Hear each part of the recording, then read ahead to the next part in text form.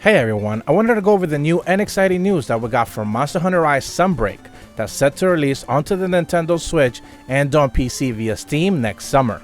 And that's the fact that director Suzuki is continuing to drop little tidbits of information directly into the game's official Twitter account, both in North America and of course in Japan as well. And the interesting thing is that they continue to have different wordings, essentially giving us a little bit of a different guide or a different version of the same message that they're trying to get across. And perhaps it's something due to translations, or it's just basically the way that it's being written in English as it's being translated. But we're definitely getting a little bit of more information that we probably should have been expecting. So first and foremost, they put out a tweet recently where they basically say in English, "Hunters, are you prepared for a way to a Monster Hunter Rise Sunbreak when it releases in summer 2022? Brave a new story and quest rank, master rank in quotations, encounter monsters you've never seen before across unseen lands, and harness new actions." So this is pretty much a similar wording to the one that we got last week, so I'm not going to necessarily spend too much time on this other than the fact that, again, it's pretty much stuff that we've already known. The subsequent one is the interesting one, and again, this is where you'll find real differences from the Japanese tweet that they posted just a couple of minutes before. In the English version, it reads, "In Sunbreak, you'll set out on the journey from Monster Hunter Rise's Kamura Village to a new base of operations. Where that is and where the new story awaits you will be revealed at a later date." So in typical fashion, they're just teasing more information heading into the future. Meanwhile, in that same type of tweet, but in the Japanese version, it actually reads, "Monster Hunter Rise's Sunbreak departs from Kamura Village, the base of operations in Monster Hunter Rise, and then heads into a brand new research base. I will tell you what kind of story and what kind of base it will be into the future."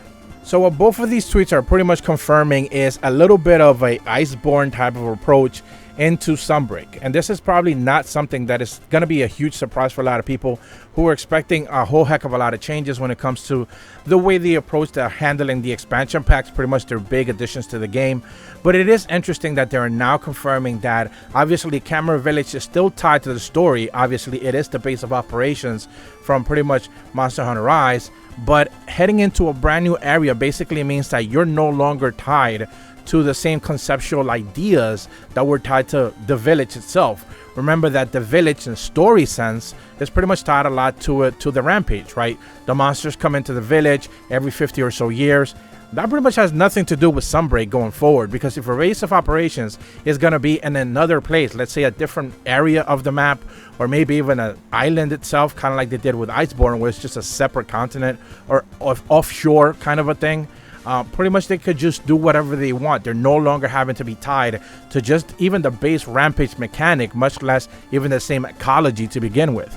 Obviously, with the map that they showcased, they're going to try to do a little bit something more different.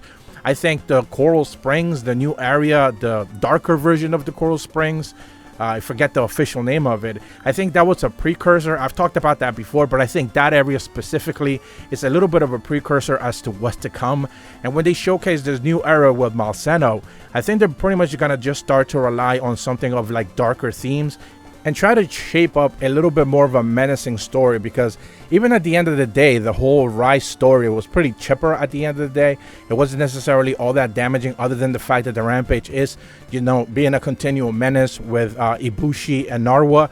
But at the end of the day, I think that now they're ready to explore some like more darker themes that the game didn't necessarily have originally, and something that we saw with Iceborne, I think that they did rather well. I wasn't necessarily a big fan of Iceborne, but I think they did some of the things very well when it had to do with just the ecology and being able to make the entire ice area seem like a really daunting place to be in. And the monsters themselves, the ecology of it, definitely took advantage of it. So this is something that I think going forward into Sunbreak, they're going to start to relying a bit more on, and I think it's going to be beneficial to the game itself. Now, ultimately, all people care about is new monsters and how many new areas are there going to be to explore. Ultimately, that's pretty much going to be the signifier of like, was the expansion worth it? If they do the same thing that they did like in Iceborne, where it's just one big brand new area and a couple of brand new monsters, and the other ones are pretty much just subspecies of monsters that were already there, I think people are not necessarily going to be too happy about that, because already the criticisms towards Riot was that there wasn't necessarily a lot of content. So maybe if they choose to go that route again, maybe people will be upset once again. but hopefully they could do more than just one area, and they could support it with more brand new monsters that we haven't necessarily seen in the series before. But again, they're confirming that you're going to start in the village and your base of operations is going to be somewhere else. So presumably you're going to have a reason to come back to Kamura Village, obviously, to do some stuff that's appearing in the village that wasn't there before. But most likely this is going to be an entirely new operation in a new place that they're basically trying to build from the ground up, and hopefully it's going to be good for the series going forward. But that's about all the information that I have for you guys today. I just wanted to go over this because, again, it seems like almost on a weekly basis they're just dropping little tidbits of information that hopefully are engaging to some of you, and, you know, just keep the conversation going, because Sunbreak, waiting for that thing is going to be a while. So if you're brand new to my channel, be sure to leave a like and subscribe. Hit the bell to receive notifications when the videos go up. And as always, thank you so much for watching. See ya.